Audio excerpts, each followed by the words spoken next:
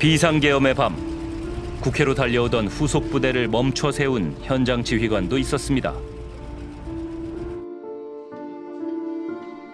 ROTC 출신으로 B64 최초의 수방사 제1경비단장이 된 조성현 대령. 비상계엄 선포 직후 이진우 사령관은 국회로 먼저 출동했고 뒤따르던 조성현 대령이 대대장들에게 지시했습니다. 사람들이 많을 테니 차에서 내리지 말고 대기하라. 시민 안전 확보에 중점을 두고 민간인과 접촉이나 충돌을 주의하라. 총기는 다 차량에 두고 방탄헬멧과 방탄복만 착용해라.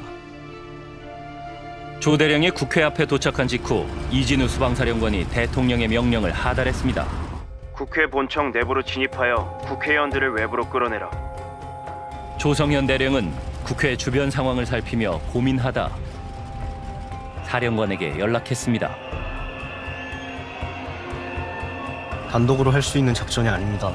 특전 사령관님과 소통을 해보십시오. 임무 재검토 요청이 받아들여졌고 조 대령과 부하들은 국회로 진입하지 않았습니다. 검사가 조성현 대령에게 그 이유를 물었습니다.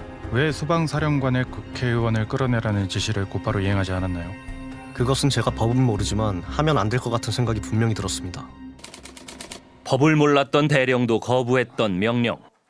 대통령이 총을 쏴서라도 국회의원을 끌어내는 임무를 수행하라고 지시했죠.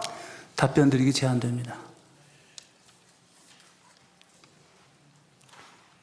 대통령이 총이라는 단어를 사용한 것은 기억난다라고 진술한 것은 맞죠?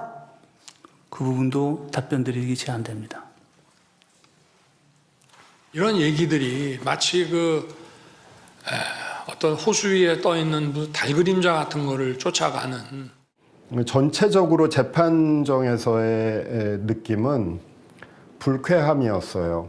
대통령, 그러니까 피청구인 윤석열로부터 많은 다른 사령관들, 이런 분들이 사실은 자기 부하들을 내버린 사람들이거든요. 결국은 그 실제 동원된 군인들이 이제 희생을 당하고 또는 나중에 역사의 죄인이 될 텐데 그런 배신 행위를 해놓고도 모두 다 부인해 버렸어요. 그렇게 되면 결국은 부하들이 다 책임을 지는 상황이거든요. 선서, 양심에 따라 숨김과 보탬 없이 사실 그대로 말하고 만일 거짓말이 있으면 위증의 벌을 받기로 맹세합니다. 증인 조성현. 조성현 단장이 저런 진술을 할 거라고 좀 생각이 들었어요. 예상하지 못했어요. 예. 그렇게 차분하게 그리고 그렇게 명백하게 진실을 말해줄 것이라고까지는 기대하지 못했었는데 그 당시 심판정에서의 느낌 그리고 그 현장의 모습 이런 것들을 일기처럼 기록을 하고 있던 중이었어요. 그런데 저도 모르게 이제 증인을 쳐다보게 되더라고요. 뭔가 제 가슴을 울리기 시작하는 거예요. 그러니까 정확하게 워딩이 본청 안으로 들어가라. 국회의원을 끌어내라. 이렇게 했단 말입니까? 그렇습니다. 내부로 들어가서 의원들을 끌어내라. 사실 재판을 하는 입장에선 중요한 연결고리가 있습니다. 그 국회에 침입한 군인들이 대통령의 명령을 받고 왔는지, 그런데 그 증언이 제대로 나오질 않고 있었어요. 물론 곽 사령관 증언은 있었지만 그 이외의 사령관들은 전부 다 입을 닫고 있었고, 입을 닫고 있는 상황 속에서 중립적인 증인으로 나와서 그 연결고리를 명백하게 밝혀준 게 조성현 단장이었던 것이죠. 이거 우리 할 수 있는 역할도 아니고 이거 단독으로 할 수 있는 일이 아니다. 그래서 특수전 사령관님하고 소통하고 한번 재검토를 해달라고 말씀드렸습니다. 12월 4일 새벽 조성현 대령은 국회로 달려오던 수방사 후속 부대를 서강대교 북단에 멈춰 세우기도 했습니다.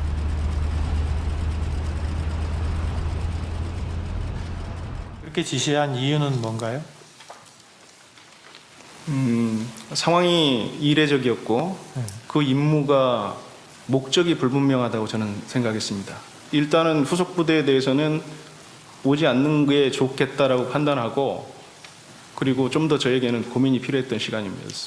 그래서 쳐다보고 말씀을 듣다가 제가 기억이 나는데 제가 쓰던 기록에 감사하다라는 말을 계속 쓰게 됐던 거죠. 위법한 명령에 대해서 재검토를 요청하고 시민들을 보호하기 위해서 고민하는 그런 군인이 있었기에 우리들이 이렇게 안전하게 또 이런 심판정에 과연 우리의 헌법은 어떻게 지켜야 되는가를 이렇게 고민하는 시간을 갖게 된 것 같습니다. 진심으로 감사드립니다. 조성현 단장에게 인터뷰를 요청했지만 거절했습니다. 저의 진술이나 저의 견해는 여전히 변함없습니다. 왜냐하면 그게 사실이기 때문에. 그러나 이것에 대한 전체적인 평가는 제가 하는 것은 아니라는 겁니다. 저 또한 당황스러운 것도 있고 사실 괴로움도 있고 화남도 있고 고통도 있고 막 그렇습니다. 솔직히 말씀드려서 그런 부분을 조금 이해해 주시면 감사하겠다 싶습니다. 증인은 사령관으로부터 받은 지시가 불법이라 이행하지 않은 것처럼 의인처럼 지금 행동을 하고 있습니다. 저는 위인도 아닙니다. 제가 아무리 거짓말을 해도 제 부하들은 다 알고 있습니다. 그렇기 때문에 저는 일체 거짓말 할 수도 없고 해서도 안 된다고 생각합니다.